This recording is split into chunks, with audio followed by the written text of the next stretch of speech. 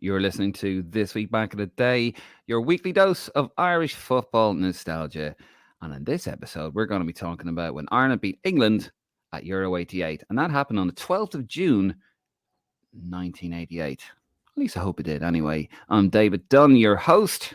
Pleased to meet you. Joined as always by the wonderful, very curiously tanned Martin Prendergast. Martin, how are you doing? I'm good, thank you, Dave. Really looking forward to covering this one. This is the start of Irish football for me. The biggest result, I would say, in our history. So looking forward to covering it. Yeah, I was actually looking back at the DVD of the great Irish soccer victories. And yes, this would definitely, due to the complete dearth of results on that particular masterpiece, yes, this would most definitely be up there, if not number one, in terms of our greatest ever victories. We don't have many, do we? Not really, no. I suppose it's strange, really, mostly. looking back. Yeah, draws and honourable defeats. But no, we've had our day in the sun a few times. You know, even thinking back to the notorious night where we got knocked out by France and Thierry Henry. We did win the game that night in 90 minutes. So that was a hell of a result. And that counts. Yeah, I would say that's up there. And obviously the Dutch at Lansdowne Road as well. Oh, yeah, of another course. big one.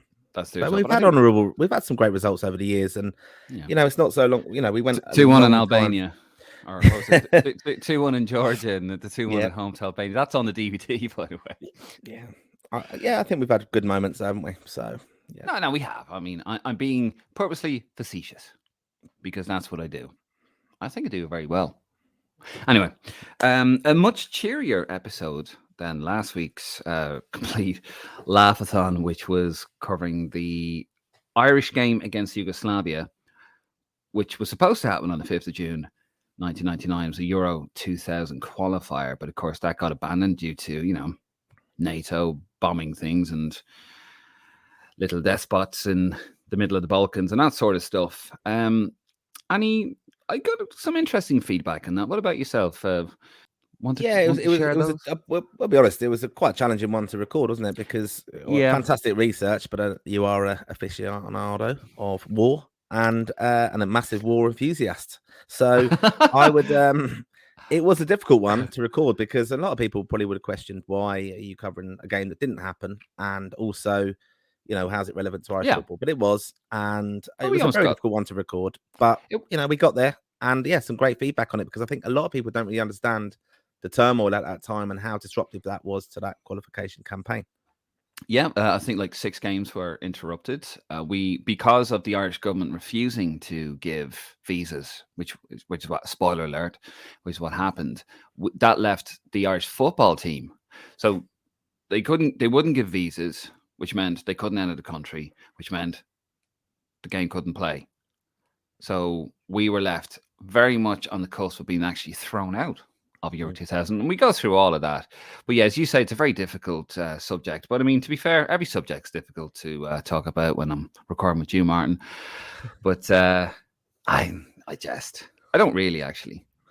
But yes, if you are interested in that and anything else we cover here on This Week Back in the Day, head over to our website. That's thegreenmachinepodcast.com, thegreenmachinepodcast.com, where you can get that episode and everything else that we do, a whole back catalogue over there for you to enjoy. Shall we get on to the cheerier subject, man? Should we get on to this week's topic? That's why we're here. Yeah, here we go. Oh, give it a last, Jack. Love it. Yes, a big day for Irish football, a crucial one for the English. If our footballers fail to perform on the pitch, it could be the end of our hopes in the European Championship. If our supporters fail to behave off the pitch, we could become the outcasts of world football. Well, a very good afternoon to you on a day when the eyes of the nation are focused on events in Stuttgart. Let's hope we'll be able to look back on the afternoon with pride and not shame. With me in the studio for what should be a memorable 2.5 hours, Brian Clough and Ian St. John. As you probably guessed there, we're going to be talking about this from the ITV perspective, or UTV. That's Ulster Television, Martin, just so you know. I mean, we love George. We love the RT clips and all that, but, you know, I think it's refreshing. What do you think, Martin, to look at it from, you know, what they thought of it across the water? Yeah, this was a fantastic idea of mine to bring the perspective from the English Cheeky media, bastard, you. and as one of their own. And but yeah, look, it's brilliant to see, and what iconic people there in Ian St. John and Brian Clough, and it's a fantastic build up to the game, and it's quite strange there, isn't it? Listen to Nick Owen. You know, actually, the worry that the FA had in the build up to this competition, because we were in the midst. UK football clubs were banned from Europe at the time. Yep. So it was a big test because obviously the World Cup is on the horizon 2 years later. That's going to be in Italy. And the threat of hooliganism, it was very, very live here at the time in the UK football, especially. So there was a lot of concern about that. And, you know, I think the FA had been warned that if their fans or supporters didn't behave themselves, that there would be bigger repercussions and there'd be further bans implemented. Yeah, just to put into context what Martin's saying there, for our younger listeners, 5-year ban after the 1985 European Cup final between Juventus, Liverpool, or the Champions League as we know it now. 39 Juventus fans died when Liverpool fans charged the Juventus fans in a crumbling, terrible stadium in high. Actually, shouldn't have been anywhere near a European Cup final even in 1985. 5-year ban for English clubs and a 6-year ban for Liverpool. Just also for a little bit of a background on Ireland's involvement in this, it was our first ever major tournament. We qualified for it in November the previous year. And, you know, we were the outsiders. We'll get to that a bit later on. But we were in the middle of a 10-game unbeaten run. We had a very uncompromising style as well. I've this fantastic clip here, actually, I'm going to play in a moment, Martin. But this was really the top table of international football. Only 8 teams qualified back then, which is mad when you think about it. And we were drawn in a terrible group. We had England, of course. We had the USSR, easy for me to say, or the Soviet Union. And you had the Dutch with their total football, which they brought to the international stage. I've got a clip here from Jack and his thoughts on Holland's total football. As for all the fuss made over Holland's 22-pass goal against England, 22 passes, and this is the way the game should be played, ending with a goal. I'll tell you what, if they play 22 passes against us, they'll have the goal they shoot at will be their own. So well put there by Jack. Oh, Lordy. Total football, eh? Jack's not a fan. Yeah, Jack was very uncompromising, as you said here. And, you know, he had a plan for the team and he'd evolved the squad, obviously qualifying, thanks to Gary Mackay's goal against Bulgaria. Fantastic times, as we said. And I think, you know, Jack had moulded his squad, who were fantastic players in their own right, and many of them playing at elite clubs. We have to remember, for the younger listeners as well, that some of them are playing at the highest level in club football. Although they've been the international European ban, they were playing for the champions. They were playing for, you know, Liverpool at the time. They were playing for real top quality clubs, Man United, Arsenal, very, very good teams. So we were doing very, very well. And we had an incredible squad. And he was moulding them into playing how they weren't playing for their clubs, basically. He had a system he wanted to play, and they were adapting to it. Yeah, Jack had actually travelled to the World Cup of '86. He was working for ITV at the time, and he said that he watched every team play the same continental style pass from the back with a sweep or that kind of thing. He said, no, we're not going to play like that. We're going to play, put them under pressure. The fullback hits the ball into the opposing corner flag. We chase them down. We get them to play the game in their half. Pretty much what Liverpool do. Maybe just not as polished, but we were doing it in 1986, put it that way. England were in decent nick, to be fair, coming into this tournament. They had won all the qualifying matches. They'd scored 19 goals and only conceded 1. And that was actually in a 4-1 mauling of Yugoslavia in Belgrade. And that is a hell of a result when you think about it.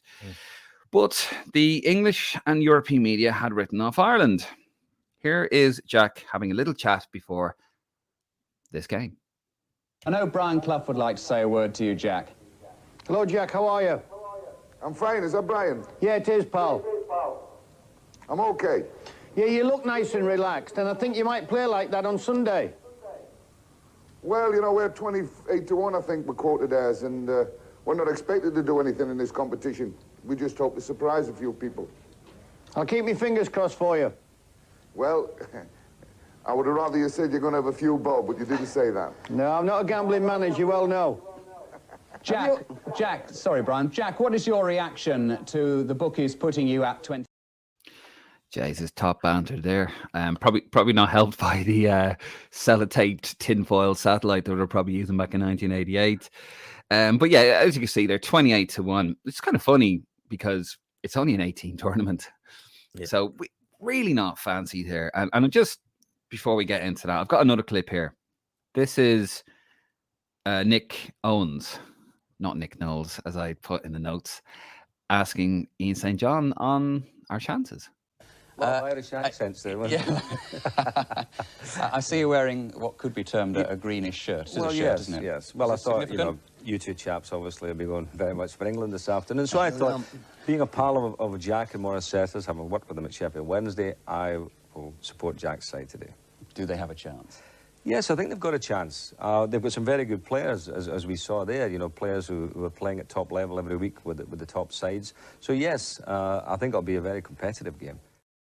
Do they have a chance? You'd swear they're playing Liechtenstein. Yeah. I have to laugh at this, right? And I wrote an article, actually have written an article about this game in the Matchday programme at Home to Gibraltar, just saying. But I wrote an article about this a while ago. Now, do they have a chance? It's fucking... I'm going to go off on one of this. You have Paul McGrath, although he was playing in centre midfield, but Ron Atkinson, not Rowan Atkinson. God, I'm getting my names mixed up. Ron Atkinson has said he was the best centre-back at the tournament. I agree. You had Ronnie Whelan, just won the league with Liverpool, 26. You had Kevin Sheedy, who had won the league previously with Everton. 2 top players.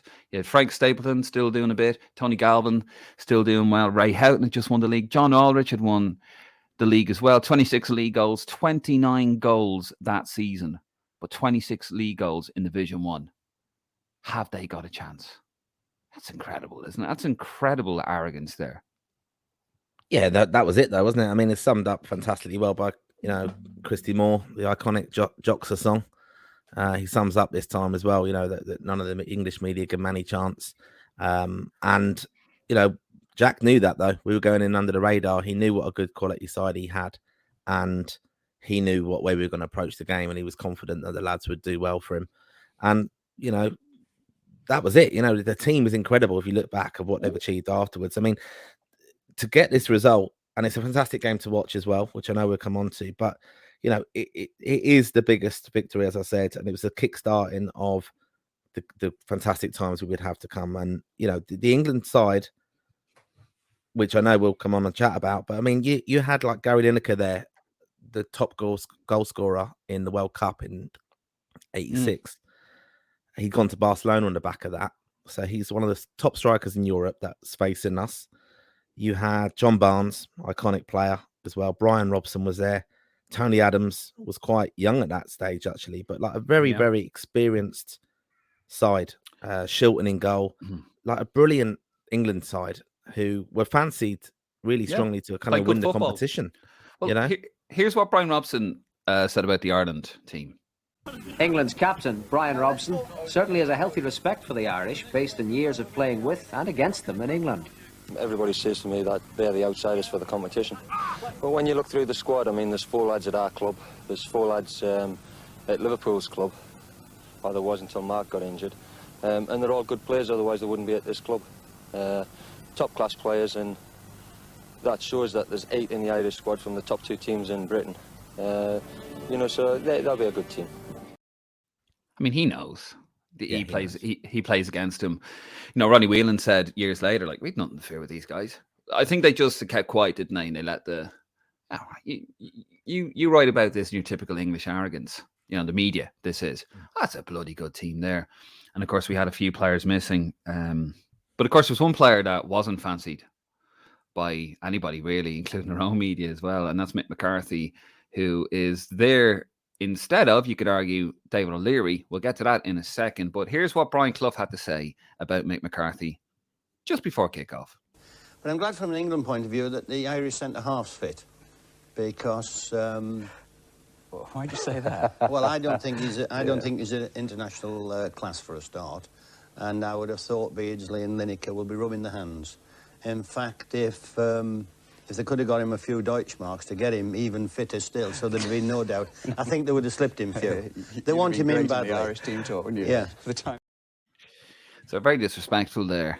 I mean, we're talking about how strong the squad was and the starting lineup, but of course there was players missing. Robson touched on it. Mark Lawrence had to retire just before the tournament. He's now Oxford manager, having retired from Liverpool. Jim Beglin, a quality left back, had his leg broken by Gary Stevens in a Merseyside derby. David O'Leary fell out with Jack, and of course Liam Brady, who is there with ITV. He's out with an injury as well. I mean, I know he wasn't everyone's cup of tea, Mick. And obviously, David O'Leary was a much more cultured centre-back, and he's the Arsenal record appearance holder and this kind of thing.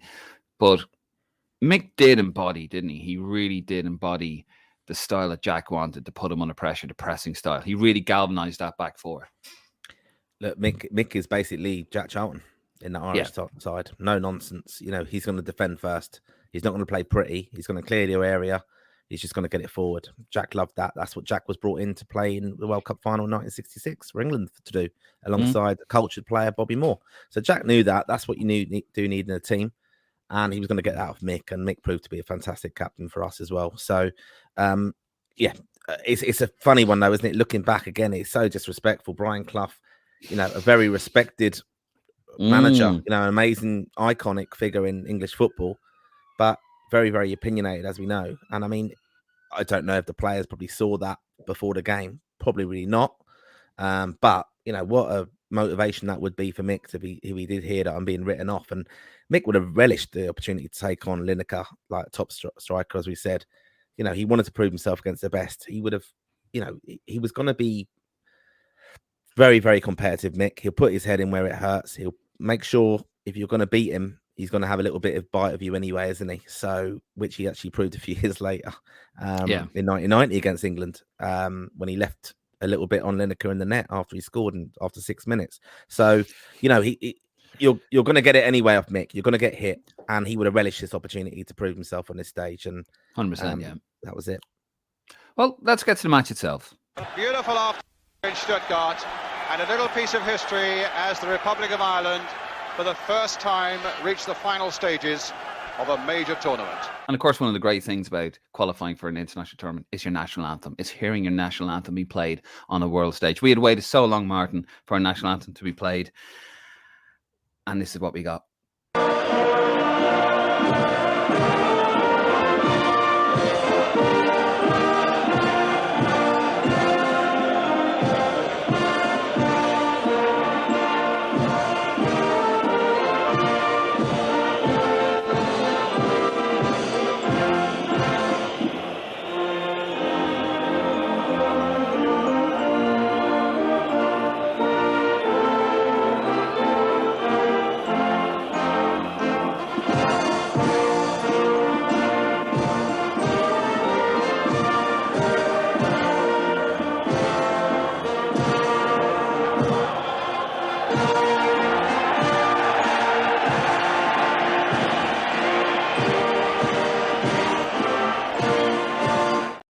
German efficiency, me bollocks. I mean, the band must have been on the Steiners before it, I think. That's out, right? Had you seen that clip before? No. Because I saw your face on the window thing. I was like, oh, what's he playing this for? Yep. It's actually not very well known that they got the West German orcs, or whatever they are, got it completely wrong. And it was the only time you'd actually hear the Irish fans booing their own anthem. It's like, you know, and I love the cheer when you get it right. It's like, yeah, there we go. And even the players are like, oh, what's this? I think everyone that come into the tournament, like, this was Ireland's first, obviously, participation in a tournament, and even, you know, they have the pennants. I think I mentioned this before on a podcast with us on the Green Machine, that the pennants that they have, where they have all the teams who are competing in it, they use a Northern Ireland badge basically on that, rather than a Republic of Ireland badge. I'm actually surprised that they didn't have God Save the Queen. Imagine the uproar if that had happened. Then there would have been probably a bit of trouble. There would have been Irish hooliganism. Right, so let's have a look at the starting lineups. We'll go with our own team first. We had Packy Bonner in goal, Chris Hughton left back, Mick McCarthy, Kevin Moran as a centre-back pairing. Had Chris Morris on the right, no doubt probably replacing Mark Lawrence. In midfield, in the centre pairing in midfield, we had Ronnie Whelan and Paul McGrath. On the left, we had Tony Galvin, and on the right, we had Ray Houghton. And up front, we had John Aldridge and the captain, Frank Stapleton. England had Peter Shilton in goal, Tony Adams, Kenny Sampson, Mark Wright, Gary Stevens, Brian Robson, who was the captain, Chris Waddle, Neil Webb, who is a postman now, apparently, John Barnes, Peter Bursley, and Gary Lineker. So 6 minutes into the game, this happens. Big English defenders up there. Mark Wright it was. Sanson only got a half touch to it, under a lot of pressure here. Houghton! It's a goal for the Republic of Ireland. Ray Houghton. With 6 minutes gone, an English defence that was torn one way, then the other, and a shattering blow for Bobby Robson's men. I don't want to kick a good man when he's down, but what was Kenny Sampson doing? Jesus. I know, exactly. I mean, this is, again, one of the most iconic goals in Irish football. There's not an Irish fan who hasn't seen this goal. There can't be, right? So It's a brilliant, but it's actually the way Jack wanted us to play. It's the ball gone forward, and then we've obviously won it, and then it's flicked on from fantastic. You know, I know Tony Galvin often says he doesn't get much credit for his involvement in the goal, but you know, it does go to Aldridge first. And what's funny, even the TV camera, isn't it? It doesn't. I think it kind of picks up Aldridge as the goal. Aldridge, yeah. But you know, Ray Houghton has rightly so lived off this moment. Shame that's all he's known for in Irish football. Obviously not. But you know, he had this knack of scoring these big goals in big games, and you know, it's a fantastic, like one of the smallest players on the pitch to score against one of the best goalkeepers in the world at the time in Peter Shilton. And, you know, I've seen a great post the other day. It was a few years on from Maradona, was a small player as well, wasn't he? And he beat him in the air as well. Okay, he might have used his hand, allegedly. But, you know, Shilton was beaten in 2 tournaments by the smallest man on the pitch, basically. Yeah, I saw that. I was Killian, I think M2. Yeah. A great page, by the way, on Twitter. Unfortunately, he lost his YouTube page. But yes, he actually said it a while ago. It made everyone laugh. Peter Shilton beaten by the 2 smallest men with a header. 2 tournaments running. No wonder he's so bitter. Absolute gold. I've actually met Peter Shilton. He's actually a nice guy. He's a strange character, but back in the day, goalkeepers were kind of strange characters, weren't they? Yeah. To be fair, Packy wasn't. Packy's very down to earth. Packy Bonner. Very down to earth guy, but most goalkeepers were quite eccentric, weren't they? They were very they had their own nuances and that kind of thing. Oh, come on. Will we play the RT one? Yeah, do.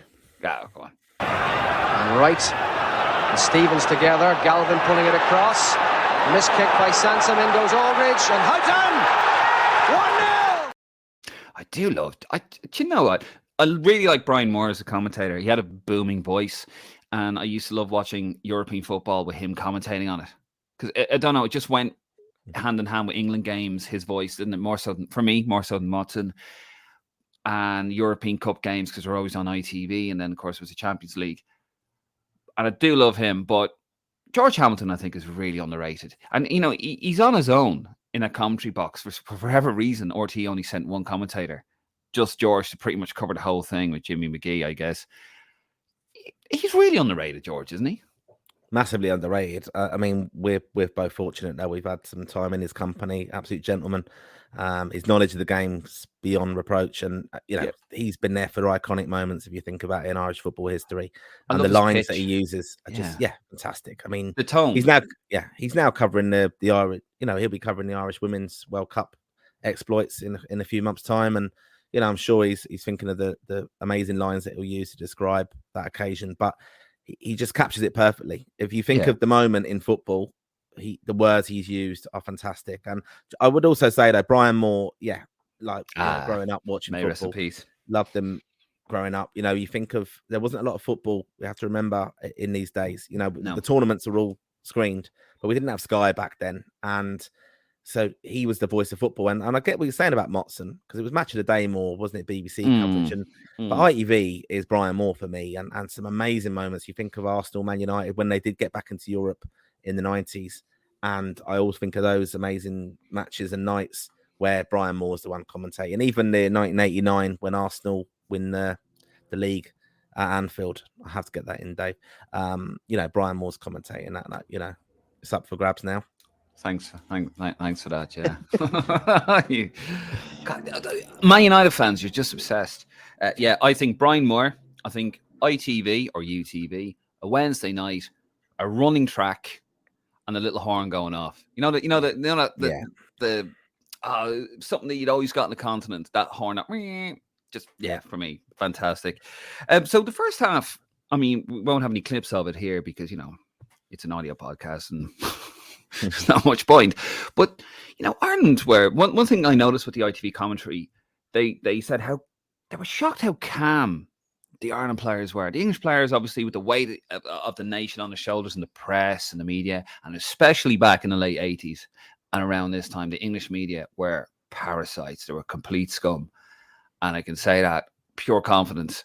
Some of the stuff they used to do in these guys, the Irish lads, everyone written them off. They're going in there, they're playing the stuff. They play some nice stuff as well. It was that lovely move where Ronnie Whelan plays a lovely through ball over to Ray Houghton. And Ray Houghton goes close in and he just, it's blocked out in the end. But, they didn't just play hit and hope. They played a lot of counter-attacking stuff. And it was really, really tidy, I thought. Yeah, fantastic performance overall. I mean, I will give a drop in about the Tony Galvin podcast we've done recently, recording with him. And I asked him when we did that, what was it like in Stuttgart? And he said the Irish lads got a lot of hope from the fact that Glenn Hoddle wasn't picked in the starting lineup. Yeah. And they said that, he kind of basically, they were teammates at the time. Well, he'd just gone, hadn't he, Galvin? I think he'd just gone to Sheffield Wednesday. And he said to him, like Hoddle was kind of laughing that they had just so dismissed Ireland. And, I think Ireland were quite confident that Hoddle was England's probably most creative player and he wasn't playing. So, but yeah, I just think it's a really key thing to kind of recognise in a way. I mean, Ireland did play very, very well, and I think they were just settled into the game quite nicely. I think also it's important worth looking back at the goal and Jack's scratching his head after the goal. And the kind of the view of that was that, he's kind of, he doesn't know, he can't believe they've scored. He banged his head, didn't he? He banged his head, yeah. Which is just typical Jack in a way. Like, as we've grown to love and know him, that was just his character, and it was just calamitous, really. It's quite funny. It was funny because I know Tony Galvin, he was a kind of a late entry because I think Kevin Sheedy was supposed to play, wasn't he? He would have slotted in on the left, but the word that Brian Moore used was, he's not match hard. Yeah. Kevin Sheedy's not match hard. Ooh. Just, I don't know why that I do know why that tickles me, because I have the maturity of a 12-year-old child sometimes. Yeah, I mean, like, this is such an experienced Ireland team. They'd won everything in the domestic game, really. Ronnie Whelan won a European Cup. He just played in the final in 85. Mark Lawrence, of course, he was missing, but, he'd won like 2 European Cups. It was a really experienced Ireland team, which actually had far more winners' medals at club level than the English lads did. Can't remember the exact number off the top of my head, but I did write an article somewhere. I can't find it. It has all the numbers. I actually sat there for a couple of hours and went through, and that was like, it wasn't what they would go on to achieve, it was what they had at that moment in time. And yeah, the Irish lads had a lot more. So we'll move on to half time, and of course Liam has a little dig back at Brian Clough defending his teammate Mick McCarthy. Brian wasn't very complimentary about our centre back, but I know who I'd rather have in my team. I'd rather have my pair than their pair. I think Mick's not the greatest player on the floor, but he's won everything in the air. And, we're giving them problems. Giving them problems? He certainly were, which would obviously continue into the second half. I mean, Ronnie Whelan cracks the crossbar. And, Ireland did hit England on the counter. It wasn't just this siege that you often hear about. The Boys in Green documentary that came out about 3 years ago. And I was kind of annoyed. It's actually why I wrote that article that I mentioned a couple of years ago, because I was watching this documentary and everyone was going, we were lucky to keep it down to 2 or 3. Really? The highlights back, and I thought, no. Okay, towards the end, yeah, because we're 1-0 up, and normally in that situation, any team will flood forward. But I thought we were well in control. Even Ron Atkinson had said at halftime, Ireland are on top, look so comfortable. Yeah, I think, you look back at it, I know England grow into the game, don't they? And obviously push them to try and get an equaliser. Hoddle comes on the 60th minute, I think. Yeah. And that changes it. Kind of pulling the strings a little bit. But we're fortunate again, as I said, Dave. We've met some of these Irish legends who've played for Ireland at that time, and the kind of growing kind of view from that was that they did feel comfortable. No, Packy Bonner often says, he does come into the game and he makes some great saves and stuff, but there were saves that he was expected to make. There weren't anything fantastically world class. I mean, he made a few very brave at the end, and we were on the cosh at that. Yeah, the one from Haiti. But the ones Lineker misses a lot of chances, doesn't he? 1-on-1s and stuff. Yeah. But he felt, he had an absolute stormer that day, Packy. But he actually says maybe he's just being humble. But he says, there were saves that you should be making. Here's Brian Moore. He kind of wraps it up, doesn't he, for the English nation? 2.5 minutes now. Can England save it? Here's Barnes. If anybody can, surely. Here's his cross. It's a good one, but Bonner's equal to it again. Great cheers from the Irish contingent. Yet forward, he says. And more seconds tick away to England's growing embarrassment. I kind of get what he means, but yet again, you're not playing Liechtenstein. You're not playing San Marino. You're playing a very good side here who are now on the cusp of being 11 games undefeated with top players. That was Packy Bonner just making a very routine catch in the air. Donegal catch, you are. And Brian Moore, of course, should know better. His name's Moore, for Christ's sakes. Yeah. It was Packy's best game in an Ireland shirt. And the referee looks at the watch. And there was a final flurry, but it came to nothing. And England have been beaten by the Republic of Ireland. Jack Charlton with a huge embrace. And it's a defeat that leaves England floundering. A day of great sadness for Bobby Robson and his men. But as you can see, one of great joy and jubilation for one of the great characters in the game. An Englishman, Jack Charlton, who's now masterminded an astonishing victory against his old country. He's devastated, isn't he? Yeah, I mean, it just is, as I said, it's the most momentous occasion on the world stage at that time that Ireland had, and to deliver the result. I mean, look, for most Irish fans, we all have seen the goal, as I've said, but one of the most iconic images is of a scoreboard showing Stuttgart Stadium and 1-0. I mean, you see that everywhere you go. And, the game has been immortalised in song by Christy Moore. Everyone kind of remembers where they were.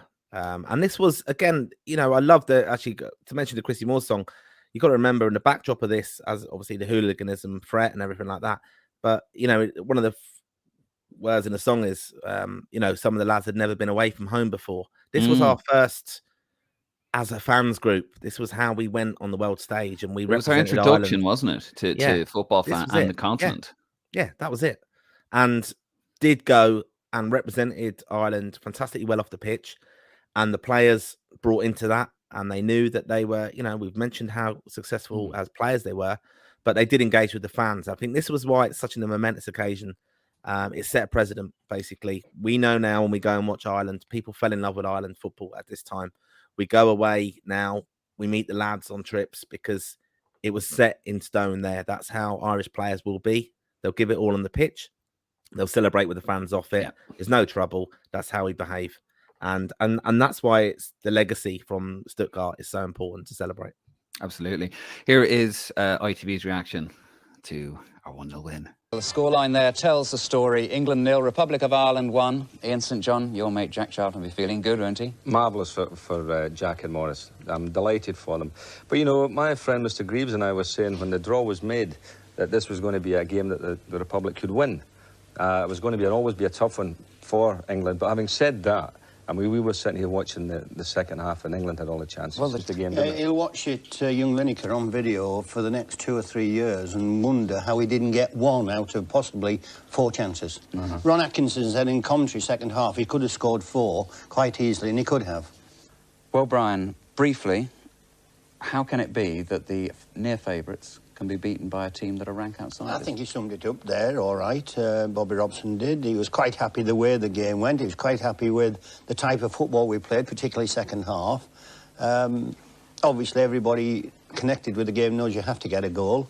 And he's quite right in saying if we'd have got 1, we could have got 3 or 4. But well done, Ireland, and well done, Jackie Charlton. Brian, Ian, thank you both very much. Thank you very much. I love the little solo. Yeah, well done, Jackie. Brian Clough, quite magnanimous in the feat there, as you would expect, to be fair. It's kind of funny, though, because not 3 years previous, he was actually lauding the Ireland team. He was actually linked with the Ireland job in late 85 after Owen Hand had stepped down. He said at the time that Ireland had a team that Bobby Robson would crawl on his knees to Mexico for. The players like O'Leary, Brady, Lawrence. And to be fair, he wasn't wrong. We had a really, really strong team there. Not unfortunately, but he couldn't take the job because they basically couldn't make it work with his full-time job in Nottingham Forest. They just wouldn't have it. So here he is 2.5 years later, and he has to eat a bit crow, doesn't he? Yeah, I think it's just, he sums up there, isn't he, disappointment, and he does reflect accurately that Lineker had a lot of chances. But, yeah, you know, that's football, isn't it? And we held out, and we've done fantastically well, and, you know, created history, basically. So, fantastic. No, absolutely. As you say, paved the way for much more success. Anyway, we're going to leave it there. Thank you very much, Martin, as always. And thank you very much for listening at home. If you liked what you heard, head over to thegreenmachinepodcast.com, where you can get this episode and all our back catalogue, which is available over there on thegreenmachinepodcast.com. You can also follow us on Twitter, Facebook, Instagram, and if you want to pop over to YouTube, you can give us a nice little subscribe over there. Thank you so much for supporting the page. And if you want to support us a little bit more, you can head over to thegreenmachinepodcast.com website /shop. That's /shop, and you can buy a shirt or a nice little badge set if you want to give us a little bit of a helping hand. Just, you know, bit of spending money for Greece. Sorry, did I say that loud? We've been brought straight into press conference, everything. Well, this is what the European football's all about. If you score the winning goal, you're in the limelight. I like it, you know, it was just so pleasing for the lads today. They performed very well. An extraordinary heat. It was so hot out there, and we've done Ireland proud. Well, this was just the position we wanted to be in after the first match in the European Championship, and I must accord Jack Charlton the heartiest congratulations on a performance. A magnificent performance, a fighting performance, and one that was crowned by a very good goal and 2 points. Yeah, it was very satisfying. I'm delighted for the lads, they're overjoyed. Delighted for the fans that have travelled here. You know, if we don't win another game in the tournament, that one goes down in the record books anyway.